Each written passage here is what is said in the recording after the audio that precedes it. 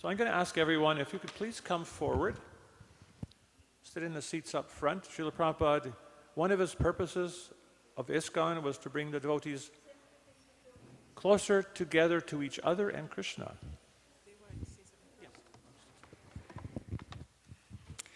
Hare Krishna, dear devotees.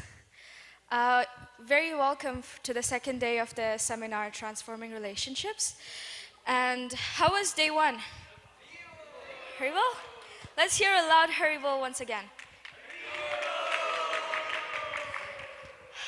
With day two, we'll have a similar format, but since we're starting at 10, today's break will happen at 12.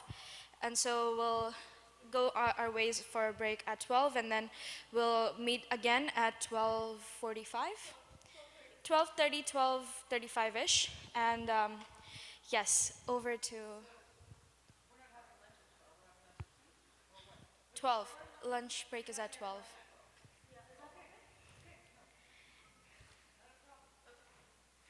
Okay. So welcome back. Is anyone here not here yesterday? A couple individuals.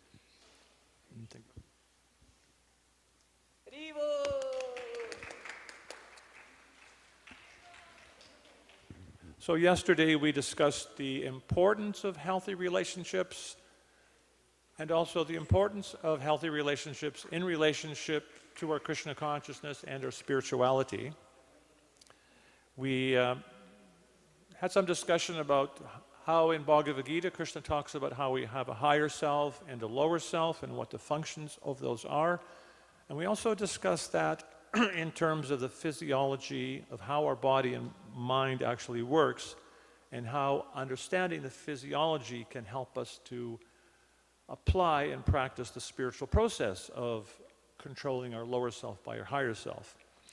We talked about triggers and escalation, how there's ways we can emotionally regulate to have more productive conversations and more productive resolutions to challenges and conflicts. And we talked about some behaviors that can be pitfalls in relationships. And we began yesterday to discuss some remedial measures to avoid those kind of pitfalls which can sabotage our relationships. And we began by discussing a feedback wheel, and we're just going to do a little review of that.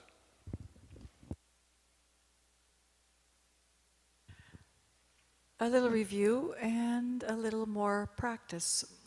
Feedback wheel is really good in many circumstances because it helps you succinctly get your message across. So again, the feedback wheel was what I saw or heard, just, what I made up about it, the very important part, how I felt about it, and what I need. And that could look something like this.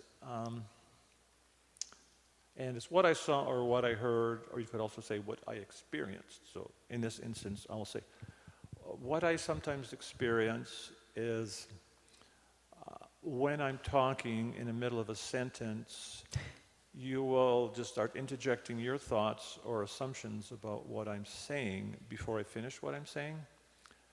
And the story I tell myself when that happens is that you're not actually listening, and what you have to say you might think is more important than what I'm trying to say. And what I feel about it is I tend to feel a little invalidated and frustrated. So what I would ask in those situations, what I would need, would be, could you just wait till I finish my point before you interject your thoughts?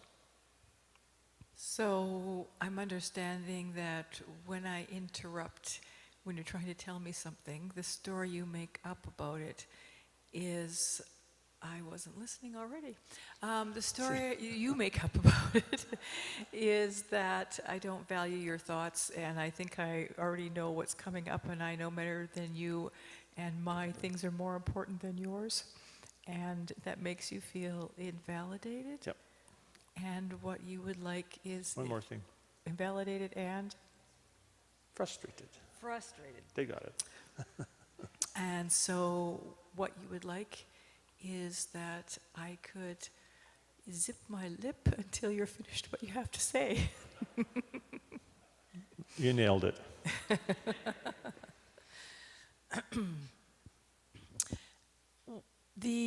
What I made up about it and how I felt is helpful because it's you can see from the other's perspective what your behavior is actually doing, and it makes you take it more seriously. And also for the person who's speaking, you really get to get your frustrations out in the what I made up about it. Because you're not at all saying anything about the other person. It's just what you made up about it. So you get to get all your frustrations out without being judgmental towards them. So it's good for that too. So, I don't know, break yourselves up, 2s or 4s. Even if you have to make up something, just get the format down.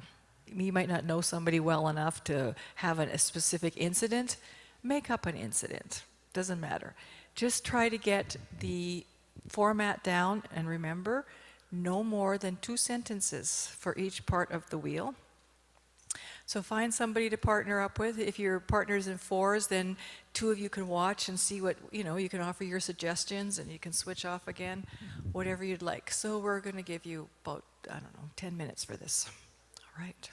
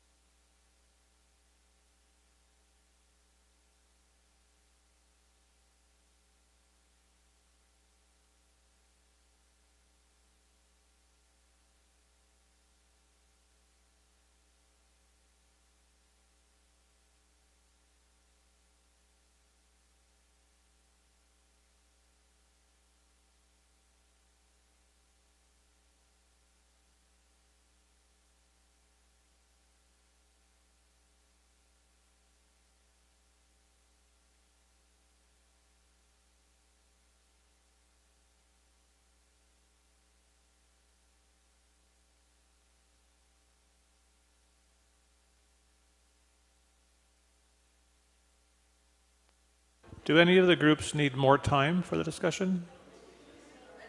A little bit. Okay, we'll give you another minute or two.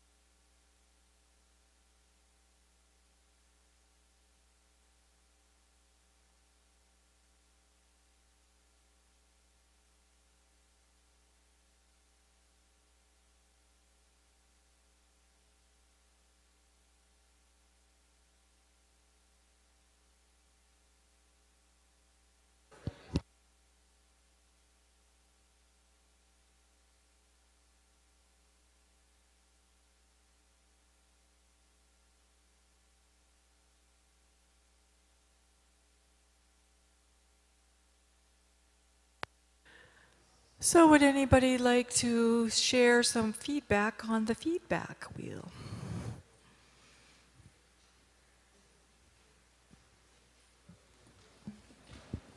Hare Krishna.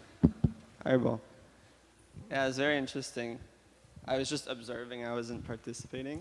But right away, the person that was reacting was like, started to explain what happened, like defending, and I was like, it's not part of the, it's not part of the process. That's so hard not to do. If you start becoming defensive, the wheel's going to fall off the axle and you won't get forward. But then he was saying, oh, but yesterday Jay explained himself what happened. I was like, but that's because Vishaka asked for an explanation. That was something that she wanted. That was after, yeah. That was asked, like, and then that's when he explained himself and apologized. But unless the person is asking for an explanation, then you shouldn't offer it, I guess. Yeah. And that was after he did the feedback wheel too. It was like part 2. Yeah, and after you give the feedback wheel and the person feels understood and acknowledged, then you can ask them, well, can I explain my side of that experience? Maybe. Possibly. Depends on the situation. I mean, did you want to hear my side of why I interrupt? No, it is important because some issues, sometimes it's not just a request, but sometimes it might involve something a little more complex. And It's been going on for 50 years and he's had enough. So might need sometimes a little back and forth discussion to work things out. Anybody else? Okay, Dino? 2 sentences might be difficult. Yes. Two sentences is difficult, but it's essential. The original was 1 sentence. Wow. If it's something that you need to bring up with somebody that's a little bit harder, you don't have it, you can write it out first. Like practice getting it down into 2 sentences. Then when you give it, you'll have it nice and succinct. So it is possible to write it out first. That would be what I would suggest. And then, for example, I give a feedback and the person responds to that. And then it's like, I have something to say about what they respond. So it's like, can we continue to... Feedback and forth? maybe.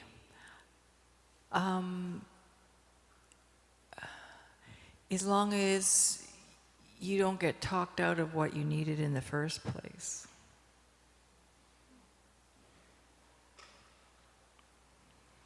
So it's good to consider it done after the feedback, after the listener.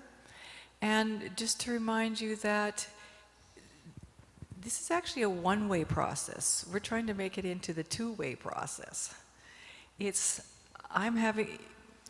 having some difficulty with me interrupting. It's not really about my opinion on all of this. That's what he's having a problem with. And it's in my interest to give as much as I can and to hear him and not make it about me. It's just like if you go to take back, if you go to take back your microwave and the customer service window is saying, oh yeah, this microwave is not working. I know, it's tough, isn't it? My toaster doesn't work either. Is that what you want to hear? No. Just fix my blankety blank microwave, please. Isn't it? So that's kind of what the feedback wheel is for. There is other communication techniques where one person's heard, the other person's heard. You go back and forth until you work out something. This is more for when you really need something. It's just not working for you. Like if you have a decision to make or something in your relationship you're trying to negotiate, then you're going to have more of a back and forth conversation. And you're going to use the same technique of actually listening and repeating back, but the dynamic's going to be a little different. And there's going to be more back and forth in that circumstance. Thank you, Prabhu. My question is the very first part of the feedback wheel, talking about the listener side, is to listen to understand, not to find which way where I was correct, right? Would you like to say a few more words on it? Because I personally feel I myself feels really hard, feel it's a little bit hard. Okay, really hard for me to just think that, okay, no, I was right here, but I'm not understanding what he's trying to say or she's trying to say. If you're not understanding, you could ask them, can you just repeat that? Basically, importance of listening to understand. You're listening to understand, but you're saying sometimes you don't understand.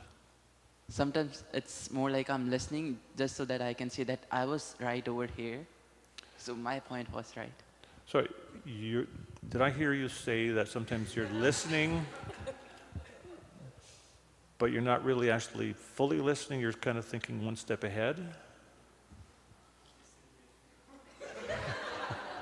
Were you listening? What did I just say? If I read this, it says, listen to understand, not to find what you can disagree with. But I'm the person who listened to what I can disagree with. So what's the importance of listening to understand?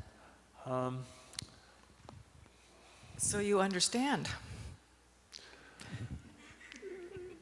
Because what happens when you actually listen to understand, that's Rupa Goswami's recommendation of a loving exchange, which is to reveal your mind in confidence and hear in confidence. So that means you put aside your judgments, your thoughts, your vision of the events. You're just trying to understand what they felt, heard, experienced, and that's what you're trying to understand. And to do that, it's a bit of austerity, because you might become a little reactive to that, but you have to take your viewpoint and just set it down on the table. The problem is sometimes we have this fear that if I just put my view of that down, it'll get lost. But you can listen, you can understand what that person experienced, the story they made, how it made them feel, and what they need. Just hear and understand that. And as far as possible, you can try and make some remedial measure from your side to make their life better. So that's what you're trying to do.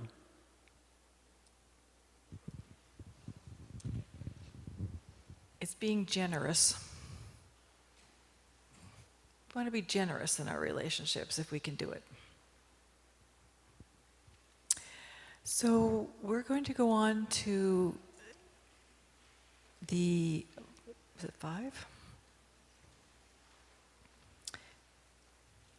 To the winning strategies. Before we had our 5 losing strategies, what were the 5 losing strategies? Let's do a pop quiz. Being right.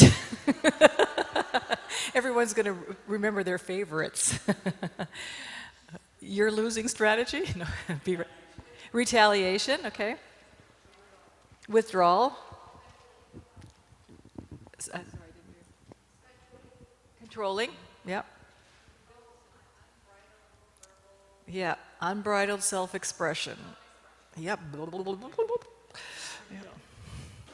that's good. You remember that. That's important to recognize when those things pop up, because we can nip them in the bud and then try to do something more productive and constructive, which is what we're going to discuss, the winning strategies.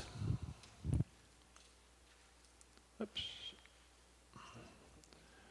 So the first is to advocate for what you want. And you want to make your needs clear, and you want to nurture the change. So that was something that was expressed by the one-down and walled-off individuals. They found it hard to actually express what they needed. They had like this reluctance to maybe feeling unworthy to say what you need. But it's extremely important to know what you need to be happy in the relationship and have the confidence that you can express that. And to do that, here it says to make your needs clear. And to make your needs clear, you also need to be clear about what you do need. And we're going to come back to nurture the change, but I'm just going to go forward here a bit with something that can help us realize what we need, and also to be able to express what we need, and also to facilitate the boundaries we talked about yesterday, having that kind of invisible boundary shield, that some things we let in, some things we don't, some things we let out, some things we do. It can help us to have that a little more clear. And so we're going to do something called we'll make something called a values pyramid. And it's very important in life to have a vision of what your values are, because your values, when you live them or work towards them, it gives your life meaning, purpose, and direction. They can be like the lighthouse on the horizon. It gives you a sense of direction. So you're working towards your important values. And I'll tell you my own experience.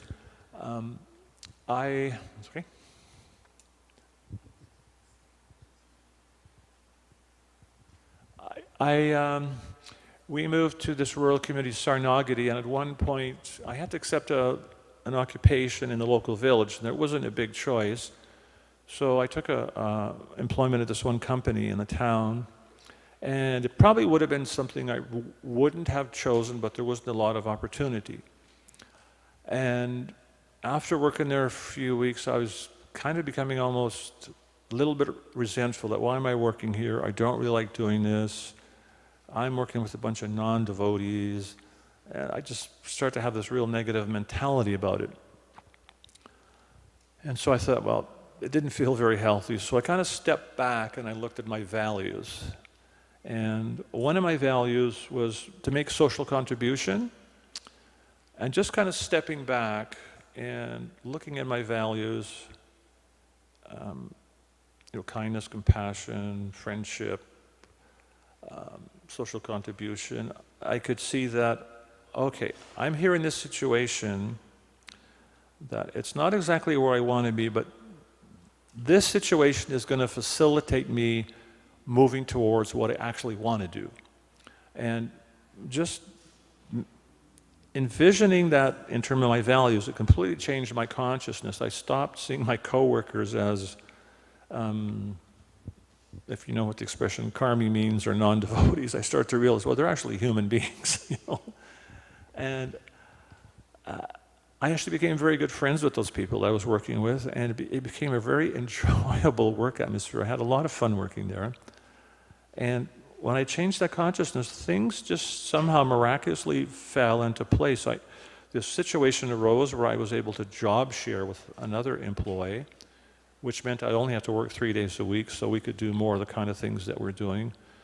The person I was job sharing, if we wanted to go traveling to different countries to do things, he would happily take all my days for 2 or 3 months at a time so we could travel. I had a job when I came back, and somehow or other, the owner of the company was so satisfied with what I was doing, he gave me a raise, and it just actually worked out very well. But the catalyst was realizing, okay, my goal that I was working for was to be in a position where I could make some social change, and just realizing this is going to facilitate that.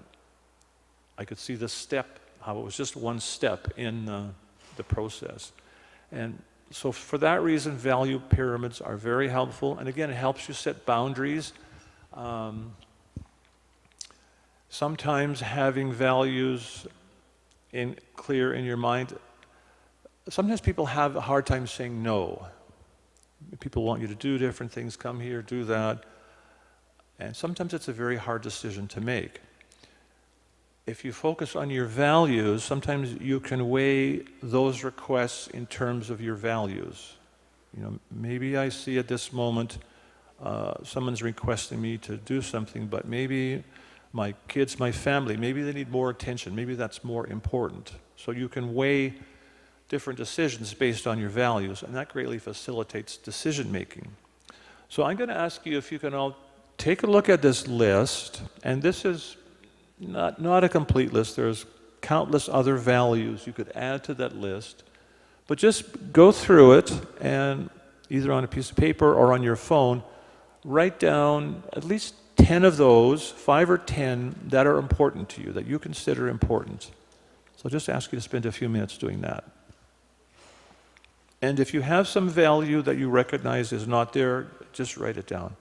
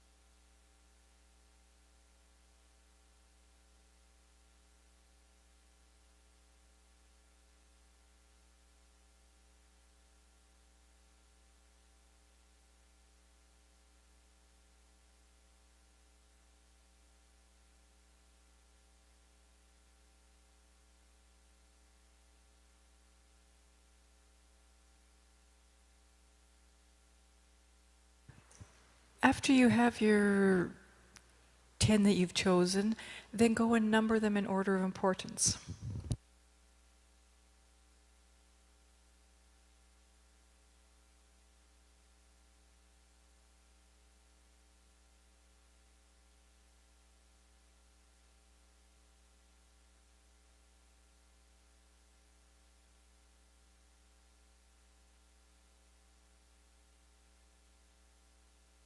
Example, compassion is a very important value, but that would kind of automatically be included in spirituality.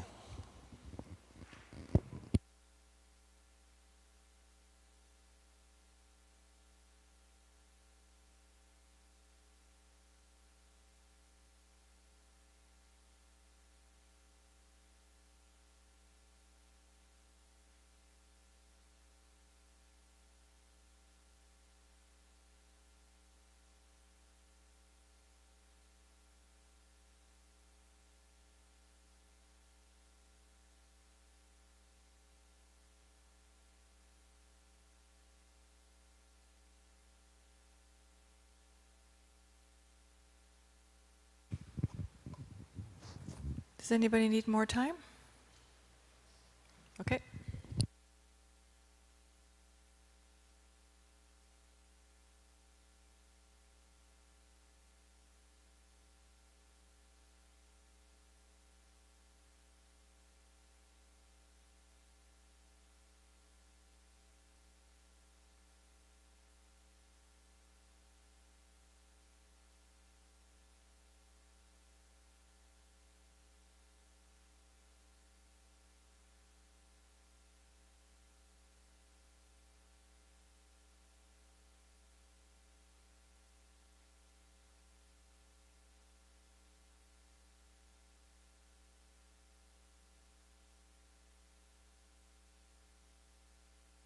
He's asking what's the difference between service and social contribution. Very similar.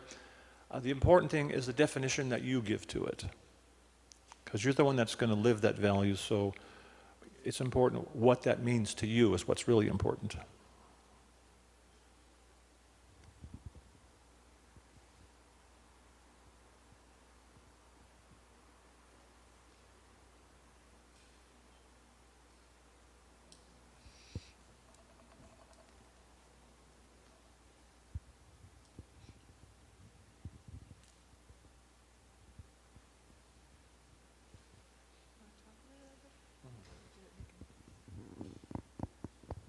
Is everyone mostly done? Got at least 5 prioritized? Okay, we're going to go ahead. If you're not finished, you can actually go online and find lists of even like 50 or more different values. And what a very good thing you can do, and I would suggest doing this for homework, is to make a little pyramid like that. And this is an example of what someone's values might be like, but write that down, and then that can become a visualization for you of what your important values are and the different sub-values that you have. And it can be, like as I was explaining from my experience, it can be quite transformative. And your happiness and satisfaction in life, again, is going to come from living your important values. And it's also going to help you in your relationships, because if you can remember your values at times when you're in your close relationships, in those times where you're having difficult conversations, in those moments when you're almost starting to get a little escalated, if you can remember what your values are, that, okay, well, my value is spirituality and, friends. If I can remember that in that moment, I think, okay, why, if I'm actually want to live my spirituality, I should maybe control my emotions here. It can help you to control your emotions. And we studied, personally I studied some work by one individual who was probably one of the world experts in domestic abuse, and he has a very high success rate in helping people who are abusive change their behavior. And the way he does it is to get them to realize what their real values are. And he found out by extensive research that even people who are extremely abusive, criminals, murderers, that their real values were to be a better person, to be compassionate, kind, a better father. But somehow they become completely disconnected from their values. So he helps them to do, almost to do kind of a meditative process where they envision their values, and they would do exercises where they would envision some situation in which they would be triggered to become very angry, and have them just own that feeling for a moment and then stop at that point and reflect upon their values and think, how would I respond if I was living with my values? And it would actually develop a mental habit of, before reacting, to think of their values and respond proactively from their values rather than reactively from their big T or small t trauma. So being able to envision your values can help you very much with emotional regulation, with your relationships, and it also just in terms of leading a life which is going to be meaning and fulfilling for you. So what he was suggesting is, we're just giving you a little visual. You could go home and you could write your values up in a pyramid like this and, post it somewhere on your desk or wherever, just to remind yourself. So we're going to go back to winning strategies. So, can I just talk about the nurture, or you want to talk about more about the make it clear? Just in terms of making your needs clear. So understanding your values can help you understand what you need in your life or in your relationship to have a healthy relationship. And that can help to give you the commitment to open up a little bit about what you need. And that's very important in relationships, to be a little bit vulnerable so you can express what you need in the relationship and enable you to make your needs clear. Because some of the, we were talking yesterday about harmony, disharmony, and then repair. So when we find that there's disharmony in our relationships, it's really good if we can be a little bit brave to rock the boat and give a feedback wheel to the other person. Because your value is to increase the harmony again. So being able to make your needs clear is for the purpose of helping the relationship. Because if we just sit there and suffer along, nothing changes. So when we do it, though, we need to remember that we're doing it because we want the relationship to be better, not out of revenge or control or retaliation or the losing strategies. We want to have the right motivation. And then once we've asked for something, so if I'm really dissatisfied with something and it's causing me a lot of pain in the relationship, I need to advocate for what I need using the feedback wheel. And then if my partner agrees, I was explaining this yesterday a little bit, help them, nurture the change. So how can I help you? Help me. Is it okay if I remind you? What can I, do it in a way that doesn't set you off? So that you're helping the change. Because change isn't easy. And you've probably been having that dysfunctional dance in your relationship for a little while now. So we want to nurture the change by helping the other person change. We sabotage the change by expecting it to be instant and to be nagging and criticizing. So we do need to be brave and request it. And once we've requested it, we need to be a little bit detached and help the other person. And patient. Is this a point to talk about skateboard? The monkey and the skateboard. Yeah, sure.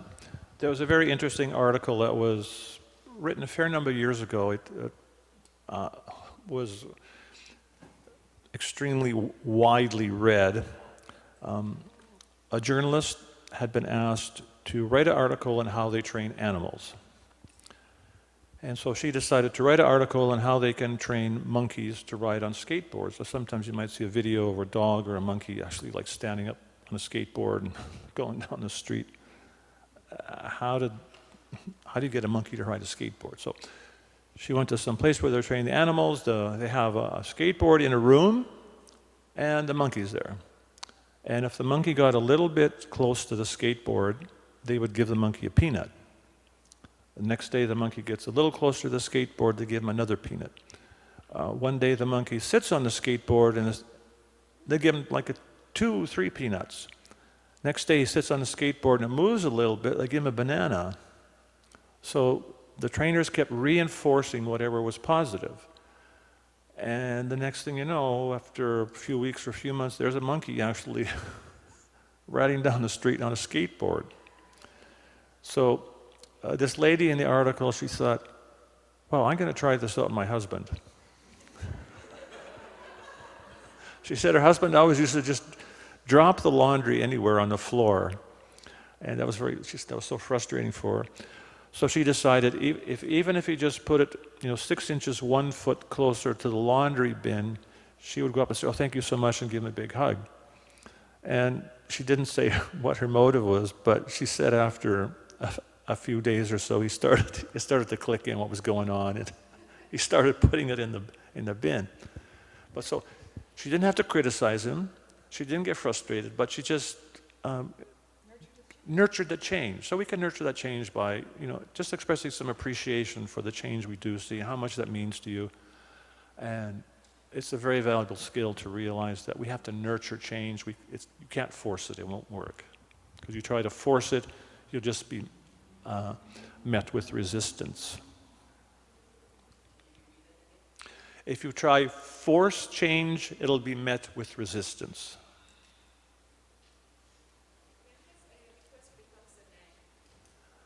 When does a request become a nag? This is next. And also, sometimes it's not what you say, it's who you are when you're saying it. Sometimes it's not just the words, but it's who you are, where you're coming from in your heart. So generally, if you're speaking from your heart, you're not going to say something like "you never," "you always," and so you want to say it in a very positive way, the feedback wheel, in a way that's easy for them to hear.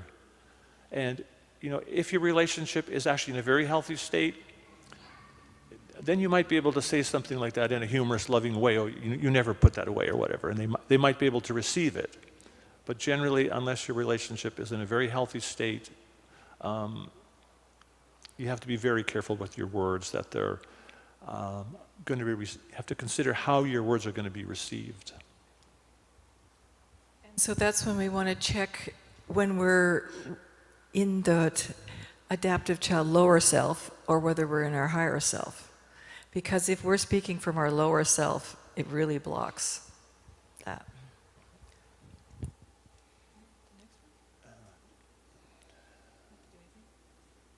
Oh, they're all there, okay.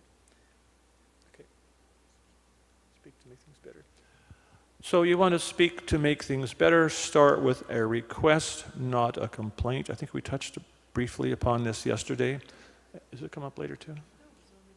Okay. So complaint is "you never," "you always," "why did you do that?" A request is, again, the feedback wheel. You're expressing what you need in a very positive way. And especially it's very important and helpful in terms of male-female psychology for ladies to understand that if you complain or nag about something to your husband, what they're hearing is you're saying "you never do this," and what they're hearing is "I'm a failure because you're not happy." That's what they'll hear. Because for men to see their significant other dissatisfied with them, it makes us feel inadequate.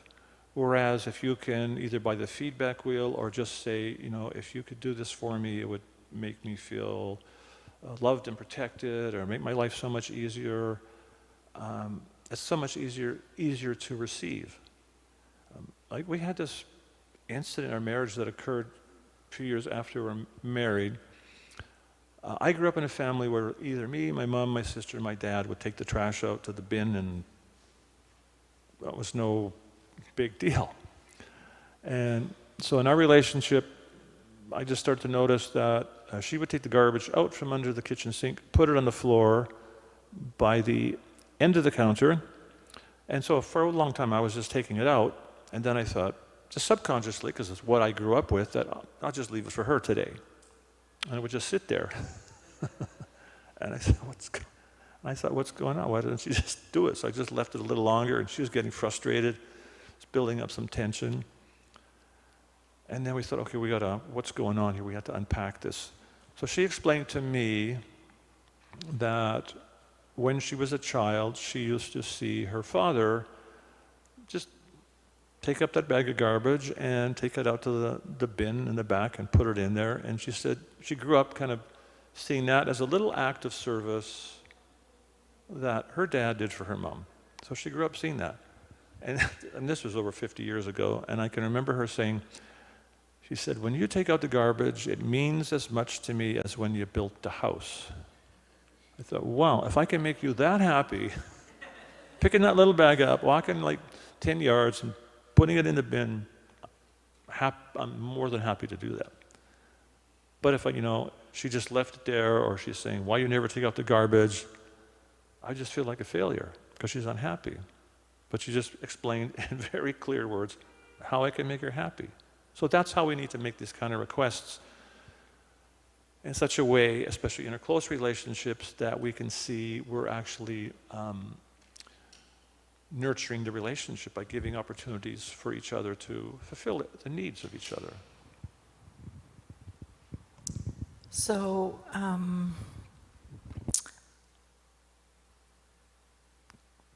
who's got the mic? Can you pass it to this couple right here, the blue shirt and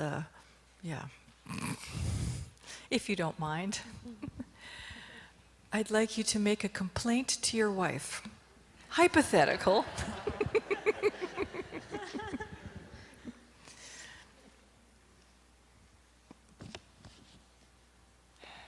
What complaint can I make? I need lunch tomorrow, so I have to make some mild complaint.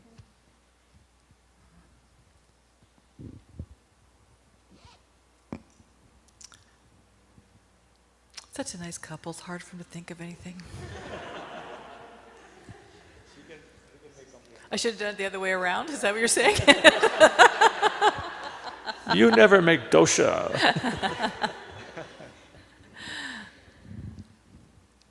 Yeah, I'll make complaint.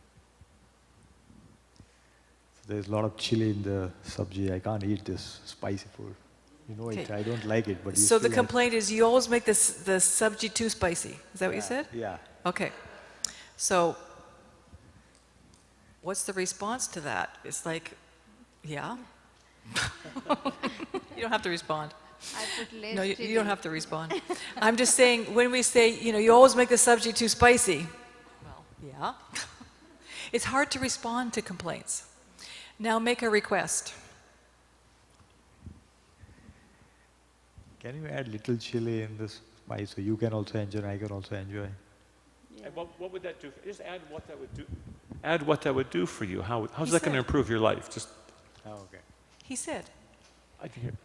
You were saying, could you add the chili later? Yeah, no, can you add the chili in less chili so I also enjoy, you also enjoy? Yeah. Oh, so you both enjoy. Okay. Yeah. I missed that. Yeah. Yeah, yeah. I take very mild spice. So Right. So it's which one was easier to hear? Which one did you like hearing better? The first or the second? The second. Yeah. Yeah. It's so much easier to do. Yeah, I can Both do are that. happy. Yeah. Yeah. All right. Bhagavad Gita explains that speech in the mode of goodness, it's actually pleasing to hear. It's beneficial. So we can say what we need in a pleasing, beneficial way. Okay, Jai, why don't you make a complaint to Vishaka? Payback time. Hypothetical.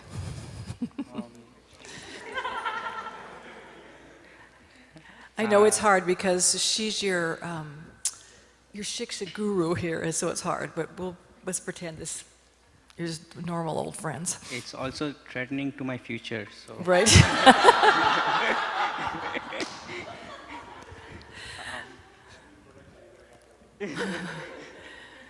So a complaint is usually you always or you never, so I'll start it for you. You never or you always, and just fill in the blank.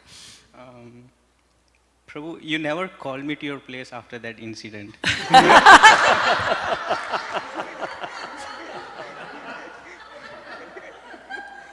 Okay, now make a request. Prabhu, can I please come to your place for lunch? I promise I'll come. I'll definitely show up this time. And add how that would make you feel, or add value to your life. Prabhu, can I please come to your place? I miss your cooking. Yeah, there you go. Nice. Yeah. So, which one felt better? Yeah. Yeah.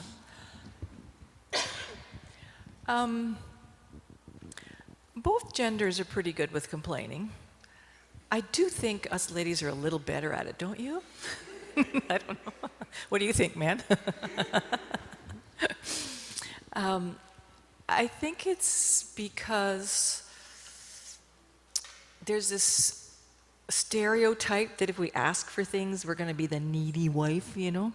So we try to just do it all ourselves, but it like builds up, and then we get frustrated, and then when we get frustrated, it kind of comes out as a complaint, right? So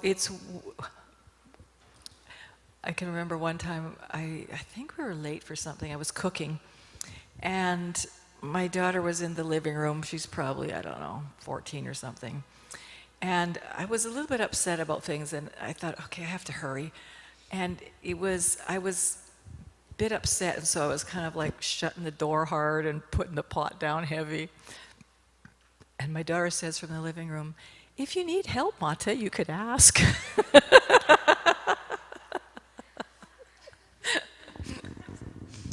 And what I do sometimes, if Uttama slips up and complains, On the rare occasion. I'll just say, Uttama, can you say that in a way I can hear it? And she'll just realize, okay, I just didn't come across good. She'll do a rewind. Yeah. So, rewind is as soon as you complain, you go, "Oh, let me try that again." You could rewind. It's not easy to do. I remember one time we were in a seminar, and they passed out those little wide elastic bands, and we were supposed to wear it on one wrist, right? And every time we complained about something, we had to put it over to the other, and we were trying to see if we could get for a week without switching the band from one hand to the other, right? So the point is that complaints are really hard to hear. And just by switching it to the positive, we can very easily get our needs met. Because needs are something that we need. It's not just some frivolous thing. We actually usually need the help with something or whatever it is. So it completely changes the dynamic of the situation by making the request instead of the complaint. Because complaints usually invoke a defensiveness, because you're criticizing the other person, and then they're getting defensive. And then you get a whole negative spiral happening. Whereas we can just request it, the person can say, "Oh, sure, I can do that." And if they can't, just go to use the washroom, then I'll take out the garbage. Whatever, you can say when you can do it. And if you really can't, you can explain why, and then the person can hear, but at least you've heard them. So, way better to make a moratorium on complaints, just to word it more positively. Huge change. Small skill, big reward. And by doing so, you're practicing bhakti yoga by endeavoring to come to the mode of goodness in all your activities, including speech. You can complain in the mode of goodness by making a request. Simple. Next one. The next, is that yours or mine? Or ours? Very important to listen to understand. And as I was saying to Amala Harinam, it's like we're trying to practice Rupa Goswami's recommendation of a loving exchange to reveal your mind in confidence and hear in confidence. And we can use that loving exchange in many different circumstances, many different environments. And it's very essentially important in close relationships, especially marriage or partnerships. There's some very interesting research that showed that generally what couples are fighting about is not so much the issue that's on the table that's kind of escalating things. Couples tend to get escalated because they don't feel understood. When you don't feel understood, you tend to feel uncared for and unloved, and that tends to amplify. So we might have some problem, and if we don't understand each other's point of view, the problem might be this big, the size of my hand, but if you don't understand each other, it just becomes overwhelming. You can't really see the other person and know what they feel. It's just completely overwhelming. The more you can understand each other, you get a different perspective on that challenge, and you can realize it's not me versus you, it's we, the two of us, versus this challenge. and we can work this out. And especially as Vaishnavas, it's not just the two of us versus a challenge, but as I was saying, the two of us, we performed this yajna for the satisfaction of Krishna, our marriage, and somehow we have to make Krishna satisfied by coming to some solution that we both think is the best solution we could come up, because that's going to satisfy Krishna.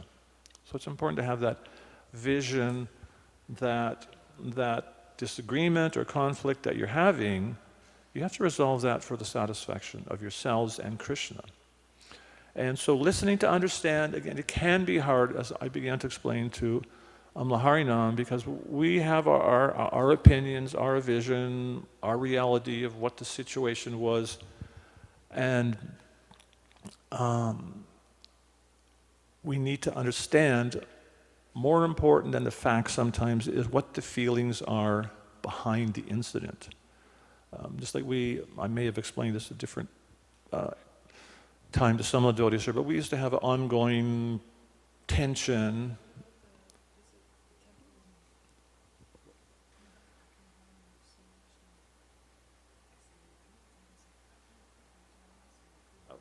I can explain that too.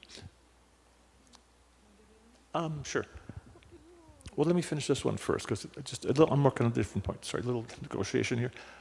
So we were having a tension around going to airports, which we were doing a lot before COVID. And I'm excessively compulsive, I admit, about punctuality. And in going to airports, I'd like to be there maybe an hour earlier than what they call for. So she would feel like I'm dragging her out the door, and I felt like she was dragging her heels, wanting to go a minute. And this went on and on and on many times. And then finally, we thought, okay, what's going on here? And we had the discussion, and what came out, she needed to feel relaxed. And what made her feel relaxed was cleaning the house before she left, so she knew when she came home, everything would be...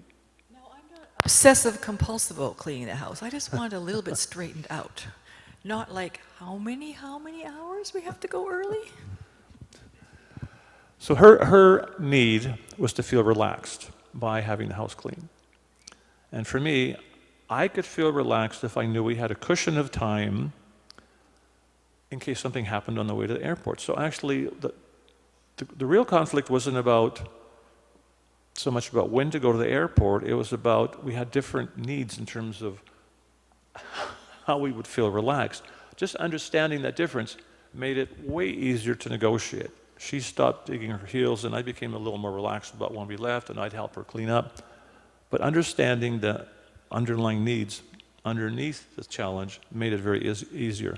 So that's why it's important to have those very open, honest conversations and understand each other's points of view. And again, that means listening and putting your point of view aside as you're hearing your partner,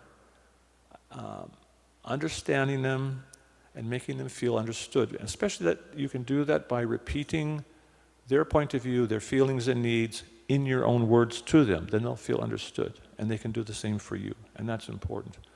And it's also very important in those kind of discussions to understand, especially sometimes men have a hard time with this, is women, when they're expressing their experience about some conflict or situation, they tend to, for them, it's very important to express the emotion.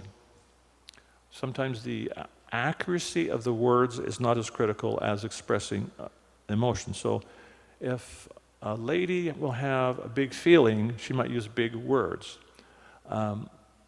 Like maybe you had a big festival here in the temple, maybe we were here, and Uttama said, wow, there was like 600 people crammed in the temple. It was so ecstatic.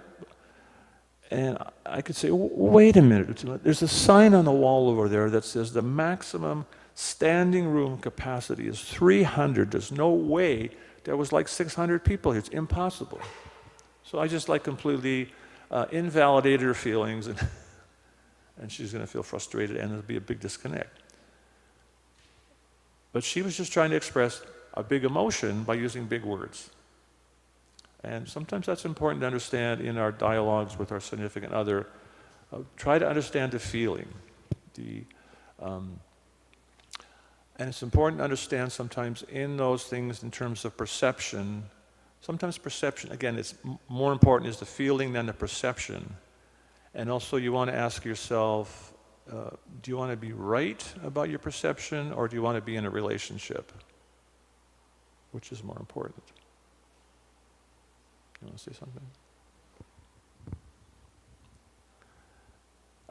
Probably reflective listening is one of the most taught skills. Most people have taken courses on or been in seminars, and sometimes it's difficult for couples to practice it, but it's actually important that you do.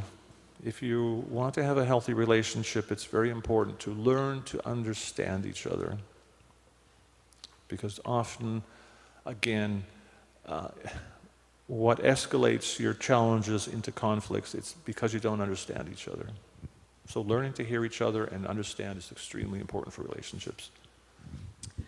So the next winning strategy is responding with generosity. So we were already talking about acknowledging whatever you can and giving as much as you can. So a really good skill to develop is something that's called relationship jujitsu. I can't even say the word. Jujitsu, you want to explain jujitsu? Jiu-jitsu is a form of martial arts. Say someone's going to attack you or throw a punch. They're exerting some energy to harm you. And jiu-jitsu is a martial art where you judge where their energy is coming from, and you can use that energy against them. So someone might be going to punch you, but you won't just duck, but somehow you'll get a hold of their arm, and by using that force they were throwing at you, you can actually get them to completely flip over upside down. You just use their energy to make it happen. So in relationship jiu-jitsu,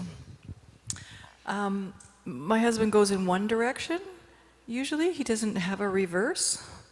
So he goes in the bathroom and the light goes on. It somehow doesn't ever get turned off on the way out.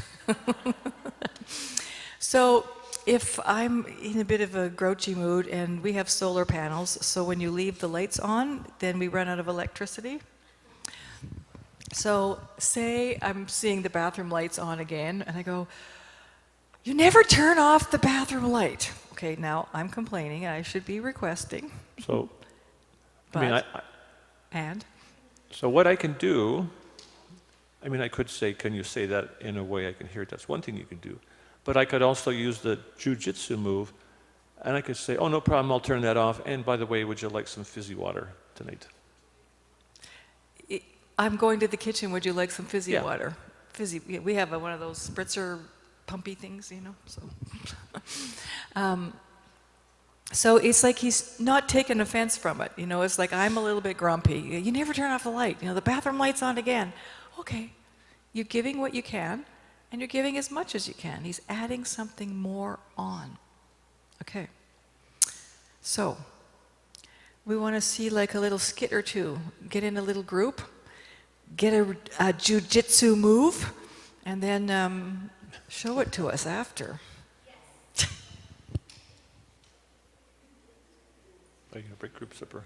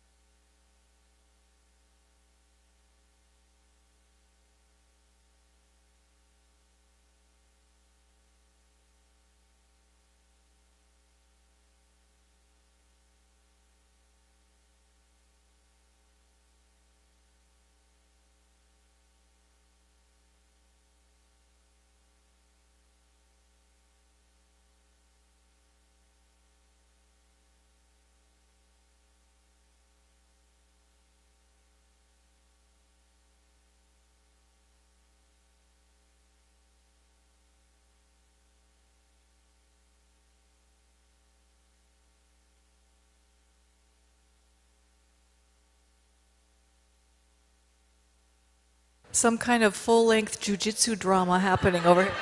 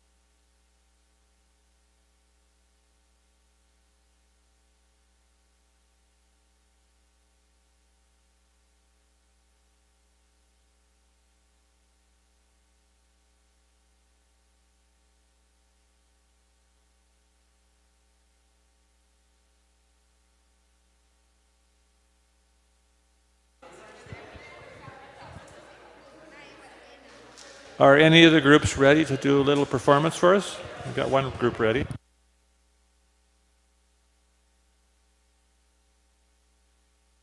Quiet on the set.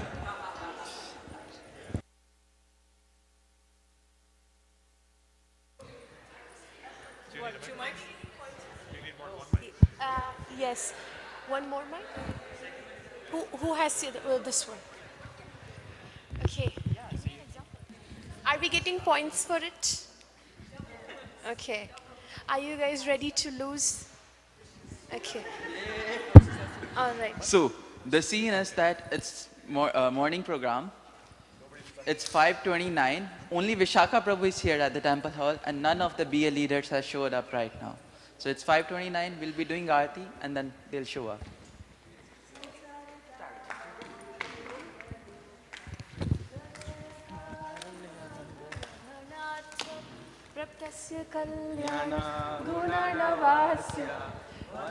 Why did you show up late, Prabhu? Take a look at the time.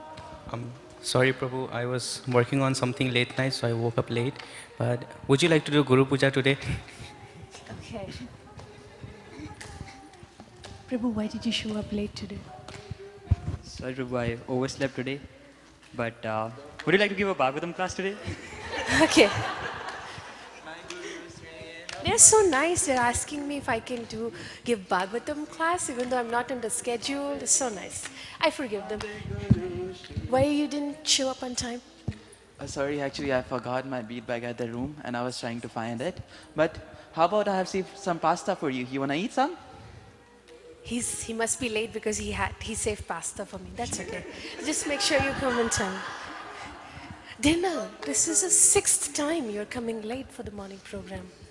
I'm sorry, Prabhu. As I was walking up the stairs, I literally felt like I couldn't move. But how about after the morning program, I give you a nice massage? Okay. Anyway, Vande Guru Shri Charanaravinda. And then Vishaka Prabhu is happily ever after. One symptom of healthy relationships is couples are able to inject some humor.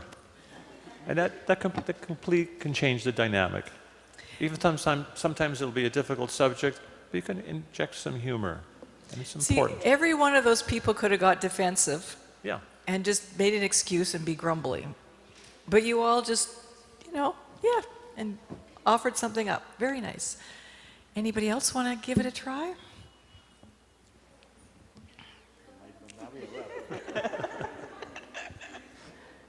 Okay, they got back there.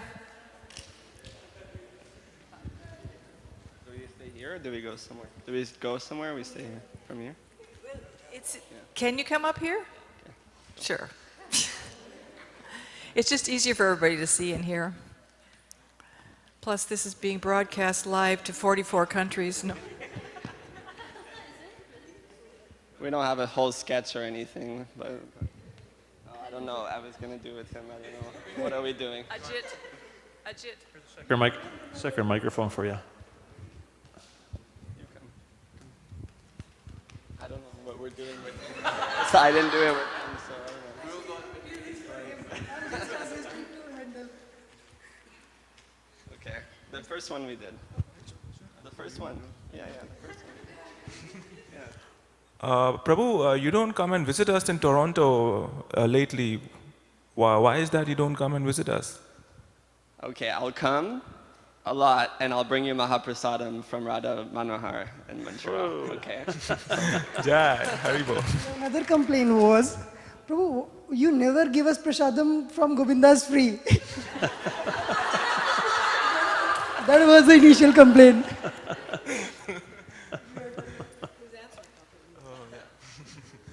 Yeah, sure, Prabhu. You can come to Govinda's, and maybe I can treat you sometime, and that way you can better. And also, more than that, I can get you some special treats we have in Govinda's on weekends.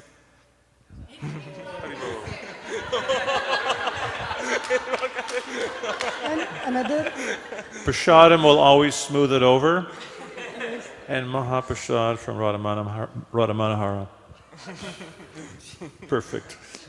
and another way to handle this is, Prabhu, why you are thinking only just for your, your stomach? I'm giving you meal for your soul. You can chant more here and you can be happy. All right. Are you going on again? No, thank you. Okay, thank you. I thought you were going to say, you can come at the end of the day and have whatever's left over. Anyone else? Okay. One more. We need one more.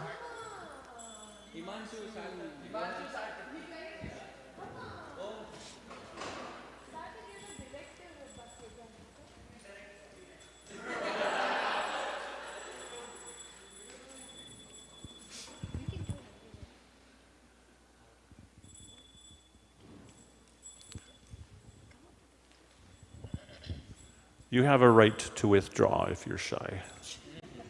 Can we do another one?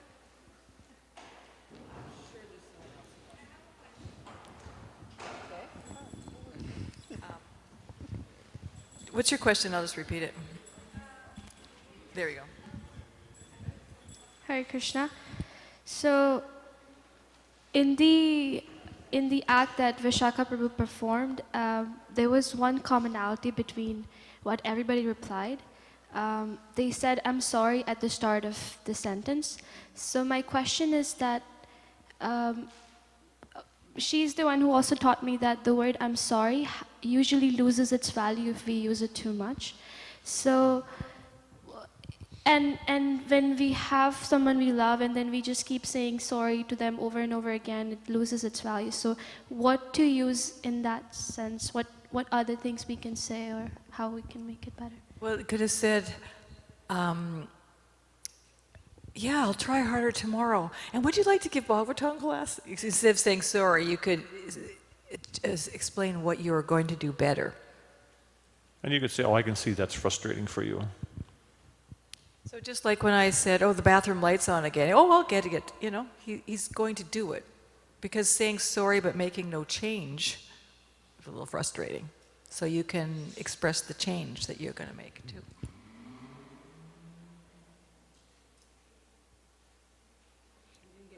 You didn't get convinced over there, I see. No? It's okay. How about you, ladies? You got one? Okay.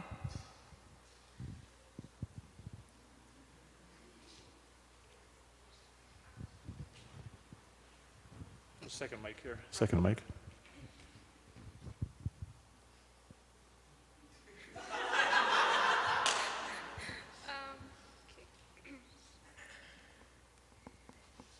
This is a made-up situation, so I'll just say like, "Prabhu, you never hear me out." I can see how that's frustrating. Why don't we spend some time together later this week and I'll get you some ice cream too. But when you get me ice cream, you just want to give me something and shut me off. I can see how that's frustrating too. How's this? You pay for the ice cream and we'll both eat it. That way you feel like it's more equal.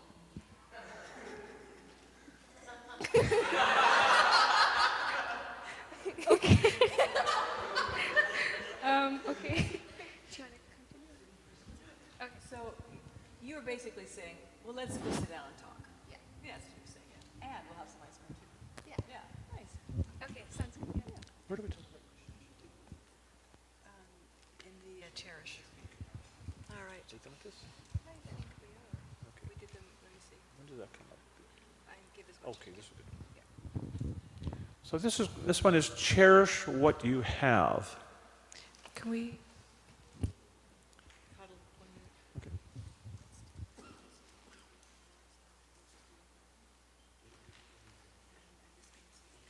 Okay, go ahead. So in cherishing what we have, sometimes yesterday my husband was explaining how they've done research, and sometimes you'll see different couples and one's happy and one's unhappy, and when they look, they're both doing the same amount of things for each other. One's noticing and the other one isn't, and so they seem like they're not happy. So changing your mindset to be able to notice the good and the reciprocation and the giving that the other person is doing can change the dynamic of the relationship. So it's just like yesterday someone was explaining to me how they had a really hard time at their work, and it's really hard to get through it. And then they were kind of realizing, well, it's really tough, and there's going to be some benefits, I'll be able to, get this or that. And so there is some benefits. And so if I can focus on the benefits, it's going to help me get through this like tough time at the job. And you kind of switch your mindset when you start to cherish what you do have instead of just looking at all the negatives that you see. So we do want to be a little bit more observant. And also, when we want to cherish our relationship, we want to see that we are trying to develop a well-rounded relationship where it has many aspects that there's good things. So Srila Bhaktivinoda Thakur, he's explained that in good dynamics, a person has looked at their emotional well-being, their intellectual well-being, their spiritual well-being, and their physical well-being. So we can also check out our relationships. Are we doing things together that are nurturing our spiritual values? Are we helping each other, take care of our physical health? Are we, getting each other out for a walk? Are we cooking a little healthier instead of eating pizza every night or whatever? Are we spending some time to, sit down and share kind of the stresses that's going on and, how we're doing emotionally? And are we taking some time One's extremely important. Sharing, having some time just to, how was your day and was it stressful? Just explain to your significant other, I had a stressful day, it was really frustrating. Just being able to do that actually helps you to kind of relieve yourself of that stress. And if we don't do that, you might come home and you're kind of stressed. And so you have that edge from that stress, and you walk in the door and you might see something as simple as, what time's dinner? And it comes out with a little bit of an edge on it because you're under stress. And then your partner hears that, and what they hear is, why isn't dinner ready? They hear it because you're stressed. They're going to hear it in a negative way, even though you might not have meant it that way, and so they might snap back. Well, why don't you cook it yourself or something? And you have this whole negative ping pong game happen because you don't understand there's some stress there that's kind of amplifying everything. But if you had that opportunity to say, yeah, it was really stressful today, I just need to sit down for 10 minutes and just relax for a minute, then you can have a normal relationship. But if you don't discuss those stresses that you're doing, don't process them, they'll start to subconsciously play into your interactions and sabotage your communication. So it's very important to have those dialogues, and check in with each other and see how things are going and how was your day. It's very important. So could anybody suggest ways in which you can cherish your relationship? Anyone got any ideas? All your relationships. Who's the gopher? Appreciating the other person, like recognizing their strengths. Yeah. That one's really great. We'll talk a bit more about that later. Doing something together that we both like me and Amala, and can get on each other's nerves, but we can also enjoy each other's company while playing mridanga together. So, yeah. So cherishing the things that are common. I was also gonna say like love languages, like how there's different ways to show that you love someone, whether that's like words of affirmation, or like acts of service, or favors, etc. So you're saying find out what that person's love language is, and then do things that speak that language to them. Yeah. And something I personally do in relationships is I always like listen for like the tiny details. And people will just say stuff, and like I'll make a mental note, like, oh, this person really likes pineapples, or this person really wishes they had a nice tote bag, and then I'll like keep that in mind, and I'll like surprise them with it. So people never expect it because they just don't think that somebody would be paying attention to that. But yeah, that's something. That's so wonderful. Yeah. She's like on the lookout for how she can cherish her relationships. Such a nice quality.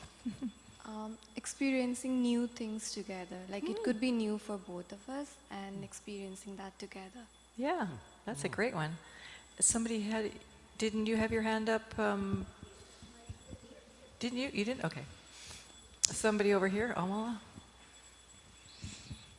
I think what has worked for a lot of people, including myself, is reading 15 minutes or let's say half hour before you go to bed with your respective roommate, and then just once a week having a check-in with them that is everything okay, is there anything I can improve, asking for feedback. So having a little check-in and just reading together before bed. Great. I thought you had one and you were coming for the mic.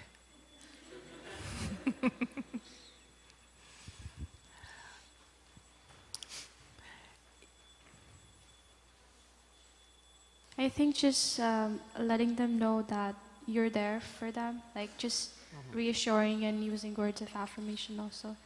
I think that comes to her point also of love languages in general. So. Yeah. So you're saying, verbally saying, hey, if you need anything, I'm here. If you need some help, I'm here. Yeah, because it can be hard for some people to ask.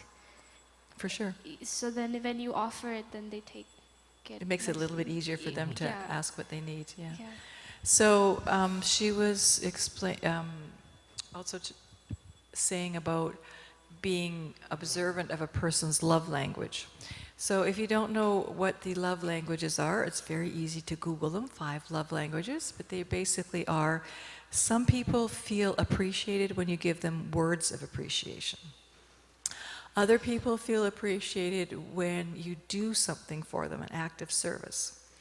Other people feel appreciated when you do things together, shared activity. Other people feel appreciated if you remember them and give them just a little gift. That makes them feel appreciated. And other people feel appreciated with some physical touch, like when they see you, give them a hug or something like that. So when we understand what the person's love language is, we can remember and speak to them in that way. Because we tend to think that if mine is words of appreciation, I just need to say the words of appreciation to them. But perhaps they would appreciate if we did something together instead. So that's why it's good to be observant on what others' love languages are. So you'll notice that sometimes they'll have these like temple appreciation things, and it's always like a plaque. But not everybody likes a plaque, right? We kind of, we might want to broaden that a little bit and see what, works for people. There's also small but meaningful ways you can cherish your partner. And it can be as simple as, well, let's say you could see out the window here. I might be reading something on my phone, and if she said, "Oh, the flower, the plum tree's in bloom over there." And even if I just turn around and say, "Oh yeah, that's really nice," as opposed to if she said that and I just, that's opposite. It's interesting because one man, he did a 25-year research study, and he found that couples that do that sort of thing continue, 70% of the time, he can almost guarantee in 6 years they won't be together. It's called turning away rather than turning toward. Turning away rather than turning toward. Mm-hmm. So, how about one thing from the back of the room? I think only people that like to talk sit at the front, and the people who like to not talk, they hide at the back. But I'm sure you all have something nice to say too. Anybody from back there want to offer some way that... who's got the mic? Okay. Who's the gopher? Okay. By remembering important days and celebrating them together. Yeah. Like different milestones that people have reached in their relationship. Yeah, by remembering important days. On the downstairs by the office, I noticed there's a little board with all these little cards attached in a chain, and it's everyone's birthday. Remember the birthdays? Yeah, for sure. Yeah, it might be sometimes appreciating their little wins and making them feel special, rather than the regular days.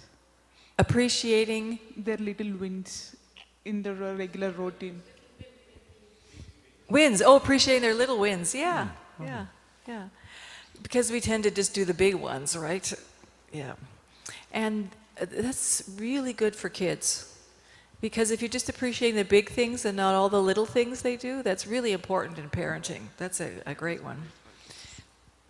You have one? Maybe cooking something for them? You're not going to get a no over here. I would say, yeah, is the sky blue? Is Krishna blue?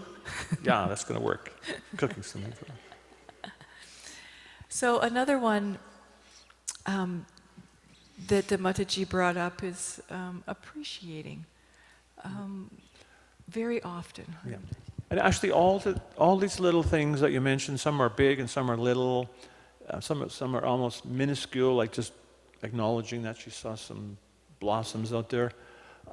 They contribute to what we could call an emotional bank account, just a reservoir of different positive exchanges we've had. And Uttama mentioned even a couple in a healthy relationship, they'll notice things that their spouse is doing that they just notice it. Even that kind of increases your emotional bank account. So it's just, your emotional bank account is just like your bank account. If you had $100,000 in your bank account and you took out 100, you barely notice a difference. It's minuscule. If you only had $500, that's all you had in your bank account, and you take out 100, wow, it just went down 1/5. You feel that. In the same way, in our relationships, when we have that attitude of gratitude and positivity and appreciation, we consciously cultivate that, we have a large reservoir of affection and appreciation in our different relationships. And inevitably, because as Krishna says in the Bhagavad Gita, how the modes of material nature are competing for supremacy. Sometimes they'll just pull us down and we'll say the wrong thing or do the wrong thing. There'll be some little or bigger negative exchange. However, if we have that reservoir that we've been cultivating of positivity, the impact, it doesn't seem so significant. However, if we become overly familiar, we stop noticing the things we're doing for each other, we never or hardly ever appreciate each other, we forget about each other's birthdays, etc., etc., etc., you can have a very low reservoir of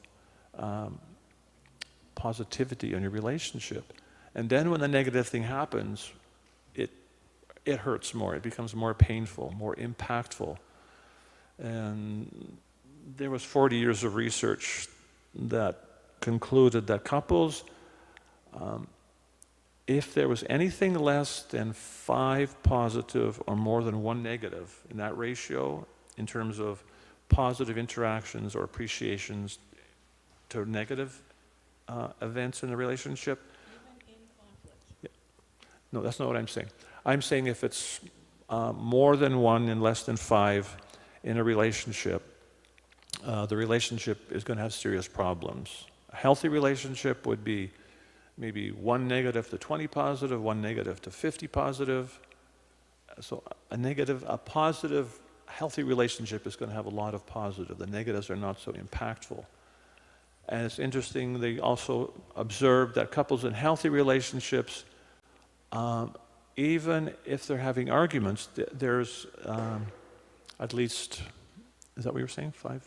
They'll have at least 5 positive exchanges in their resolution process for the conflict to 1 negative. They'll do it in a way that's respectful, kind, compassionate, listen to each other, maybe a few little sharp barbs, but not very many.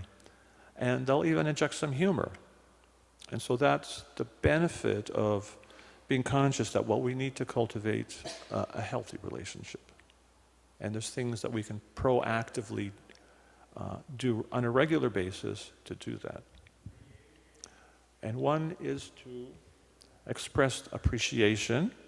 So if you know someone here or with your partner, turn to your partner or friend or spouse and take turns telling them something you appreciate about what they did or some characteristic, quality they have, and also tell them how it adds value to your life. So I'll give you a couple of minutes to do that.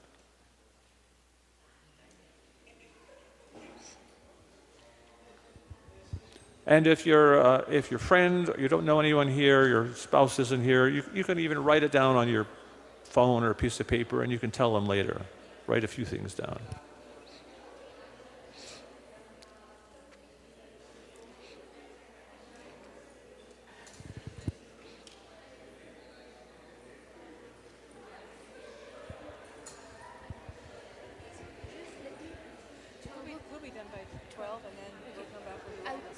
Okay, so I'll just make an announcement according to that. I'll just have to tally the name with them.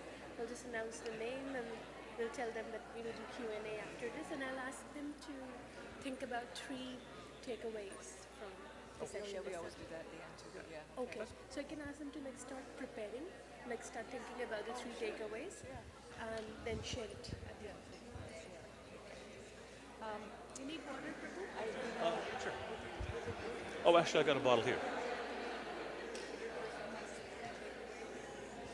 Oh yeah, Prabhu is so humble. And I'm very Prabhu, humble. I appreciate this. Just name them. Oh, your glass is broken. Part of our Bhakti Academy also. You are like a friend.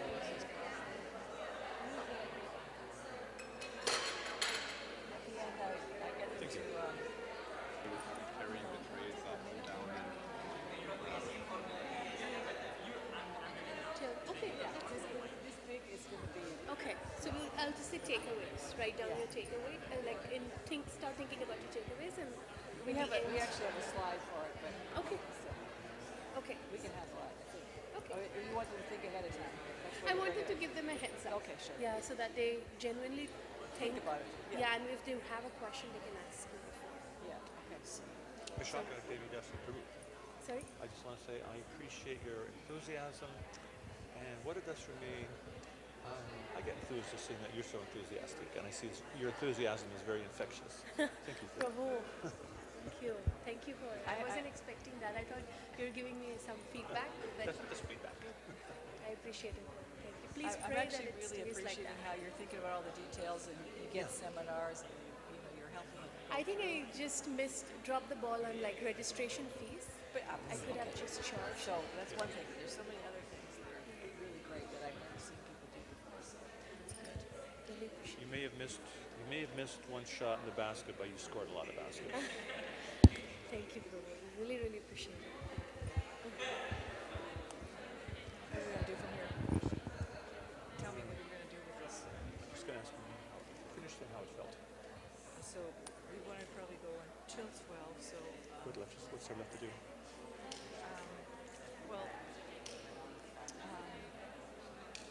Remember the other one? We actually passed the mic a little bit and asked them to say something they appreciated. Good. So you have an idea what we want to do for the next 15 minutes? Well, that's what I was thinking. Okay. Because it worked really well in that other seminar. Okay. We maybe don't have to, I don't know if we'll get around to everybody. No, you won't. Not going to have time. No, not for everyone.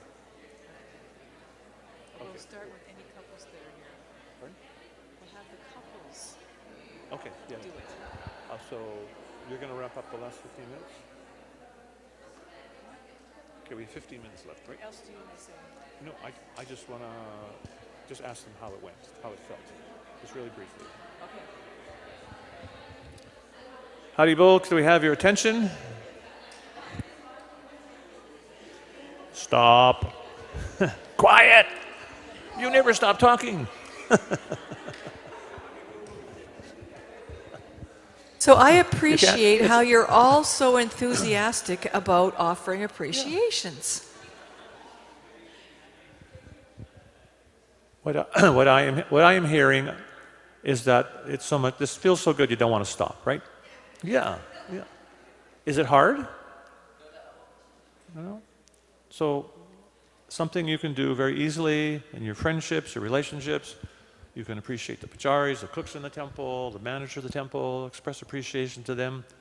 Don't stop. You can keep doing that. That's very healthy. And in your close relationships, please continue that. So we're going to, let me just see, we got a lot of people here. We're going to have the couples demonstrate how this works. Who's got the mic? Vishaka. Okay, well you can start. Give the mic to, you're already good at this. She made us do this ourselves at her house the other night. So tell Vishaka one thing you appreciate about her and how it adds value to your life. Is this being recorded? For 3 brownie points. I appreciate how you're always engaged in various types of services, not only in our household, but even in the temple. The effort you put in to make Partha and Uttama Prabhu's visit meaningful and bring everyone, closer to this seminar to really understand the importance of relationships, how you're taking care of the ashram residents, through check-ins. Think Punyashravana, just one. How does that make you feel? I think it puts me in a reflective state and makes me feel that the good qualities that she has, and just reflecting on how it can even transform my own life in a positive way. So, yeah. Do you have to reflect back? No. But you can, what's one thing you appreciate about Punyashravana? I appreciate how patient you are with my speed, and I cause a lot of action. I bring a lot of action points, and you very patiently, like the move that Prabhu just taught. That's good. So you appreciate that he's patient with your speed of life? Yes, and I just didn't realize it until Partha Prabhu mentioned it, that you've been actually using that move that, I forgot the name of the move. Yes, that one. So you've been actually using that, like, for whatever time we've been married.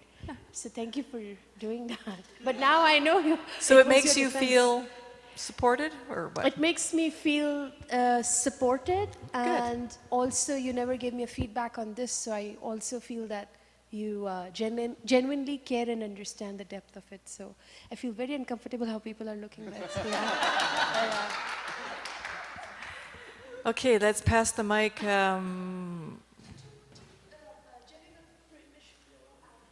Sure. We're picking on you today, aren't we?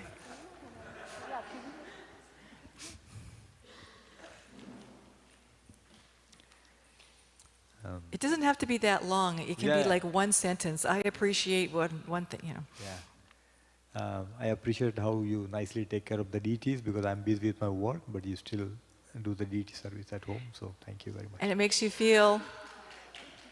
Yeah, it makes me feel really relaxed, because I have so much work pressure. Else to do, so she does, Yeah, and she inspired does it. too, probably. Yeah, Nice. Thank you. You want to give it to her?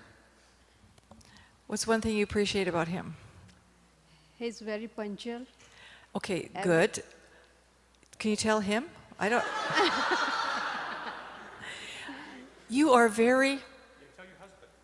I appreciate that you are... It actually helps if you look at him when you're talking to him.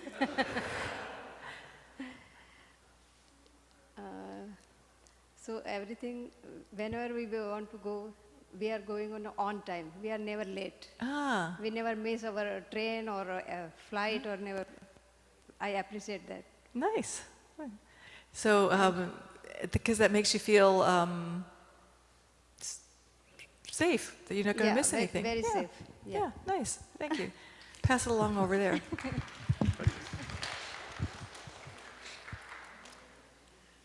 So right now I'm just working one day in a week because I have a small daughter and I'm pregnant, and I appreciate my husband that he's supporting me financially and emotionally as well. So that makes you feel? So sometimes I'm frustrated with his behavior, but like thinking about his positive points. But by thinking about him, but when you think about it, that makes you feel so good that there you everything go. is going, everything is going smoothly in my life. Keep it at that.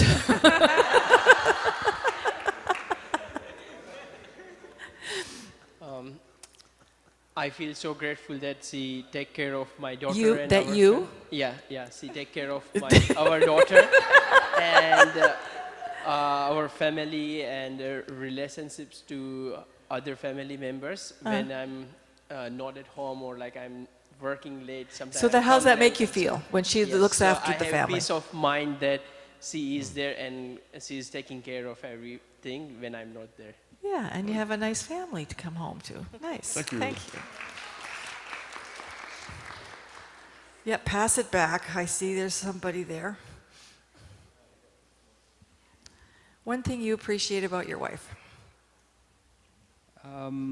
I thank my wife for coming. I appreciate that you. Yeah, I appreciate that you coming to this class. That that shows how much it matters, the relationship. That you are committed in this relationship, and you want to improve on it. Thank you. And while taking care of all the families and my kids and children, and while doing other things. Thank you. Hare Krishna. What's one thing you appreciate about him? I appreciate you, how you take care of my dad, mom, and my brother. Ah, that makes you feel happy and safe. happy and supported. Nice. Thank you. Maybe back corner? I don't know. So I feel appreciated when you make me feel safe enough to be in my feminine side, because I was a lot like tomboyish. I'm not understanding. So I feel like I touch my feminine side more. Oh, because got I it. feel Okay. safe. Yeah, okay, so you appreciate that he's brought out the feminine side of you. Of me, yes. Yeah, okay. So that makes you feel safe. Safe. Nice. Okay. I appreciate the fact that you have brought me closer to Krishna. I used to go out with friends every Saturday, every Sunday. I used to go out to parties, but since I've met her, this is what we have been doing every Sunday. Different kind of party. Thank you for that. All right. It makes me feel fuller, I would say. Nice. Okay.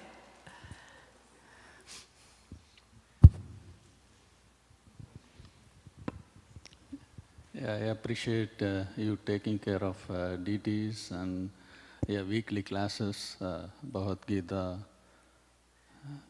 Makes you feel?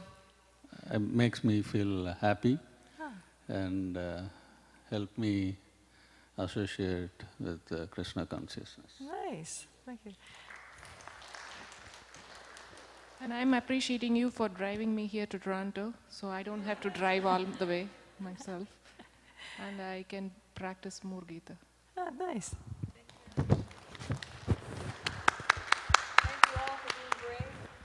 Is that all the couples? Anybody else? All right. So what I would like us all to do is if every day we could just go on our phone and write down 3 things we appreciate about our relationship with somebody, anybody. It just helps us have that, appreciation of the relationships in our life. So that's an ongoing homework. You at least keep it up for 1 month. I tell you, your vision on life will change. Because we are wired to have a connection with other living entities. Krishna's wired us so that we can connect with him. We feel a loss inside if we're not connected with Krishna. And also, it's as extended to all the other parts and parcels of Krishna.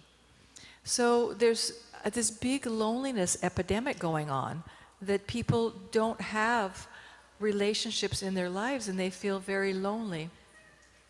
So just don't mind Vishaka, just pay attention over here. I'll wear pink tomorrow so you can look at me instead. We find that people are lonely because we all actually need relationships. So just to kind of foster the relationships that we have, if we can appreciate, any little interactions that we have with others, it will nourish us to continue on to have more. And if you can remember, we began reading this quote where Srila Prabhupada was saying that, even if you hurt your finger, Krishna feels some little pain also. And if you feel happiness, Krishna also feels happiness. So if we can cultivate in our spiritual life healthy, happy relationships, Krishna, he actually appreciates that. And that's important to remember, that our relationships are a very important part of our spiritual life, not something different. So she was asking to repeat the assignment. Write down 3 things that you appreciate about others. And if you're married, do it for your partner. You need to start getting a big, long list of things that you appreciate in your partner. And you don't get to write the same thing twice. Because there's way more there than you see. We all don't notice it enough. So if just, at the end of the day, we can write down, 3 things I appreciated, even something small, and accumulate it. And I know that many people are not accustomed to verbalizing that, but once you've got your list, it's going to be way easier. We were working with some couples in Bangalore, and we were teaching them how to do some marriage mentoring and things, and they've been married 20 years. So every morning when we come into the session, every afternoon, they had to turn to their partner and say something they appreciated. So after 2-3 days of this, they said, we've been married 20 years and we never once did this. So, when you think about it, you live with someone for 20 years and you never once said some word of appreciation. They said, this is a game changer to just be able to verbalize that, because sometimes you don't even know the other person appreciated it. And so if we don't know that the person appreciated, we might stop doing it. And then that would be sad. So, a couple of you said that you really appreciate how your wife dresses the deities. So just imagine, like, she gave it up. It would be like really sad. The deities are the same dusty clothes week after week. It's something that you genuinely do appreciate. So we can enrich our lives with that.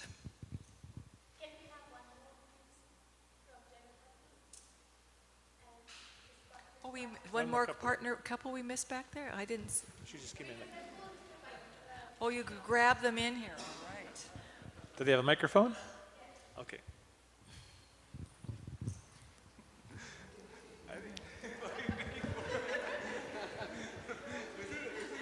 She doesn't make it easy, does she?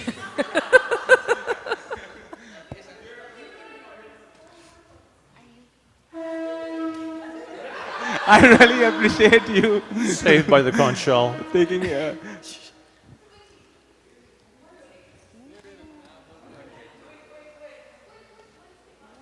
I really appreciate you, cooking so good and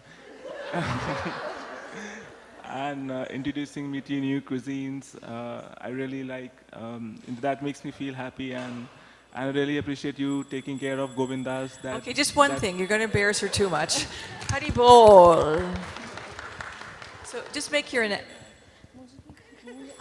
She's allowed to say no. Remember, we have that rule. So why don't you make your announcements and we'll go for lunch. Do you want to borrow my mic? Did you want to say something?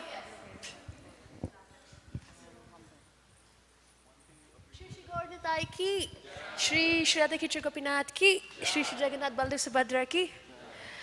Okay, so before we all go for prasadam, I just quickly wanted to double check some names. If you're here, if you have not registered, please come at this desk and register yourselves. So we'll be heading now to the prasadam hall for lunch, and then please be back in the temple hall by 12:30. Yeah, and during prasadam, please think of some takeaways that you have learned that you'll be sharing later. Okay? Hare Krishna.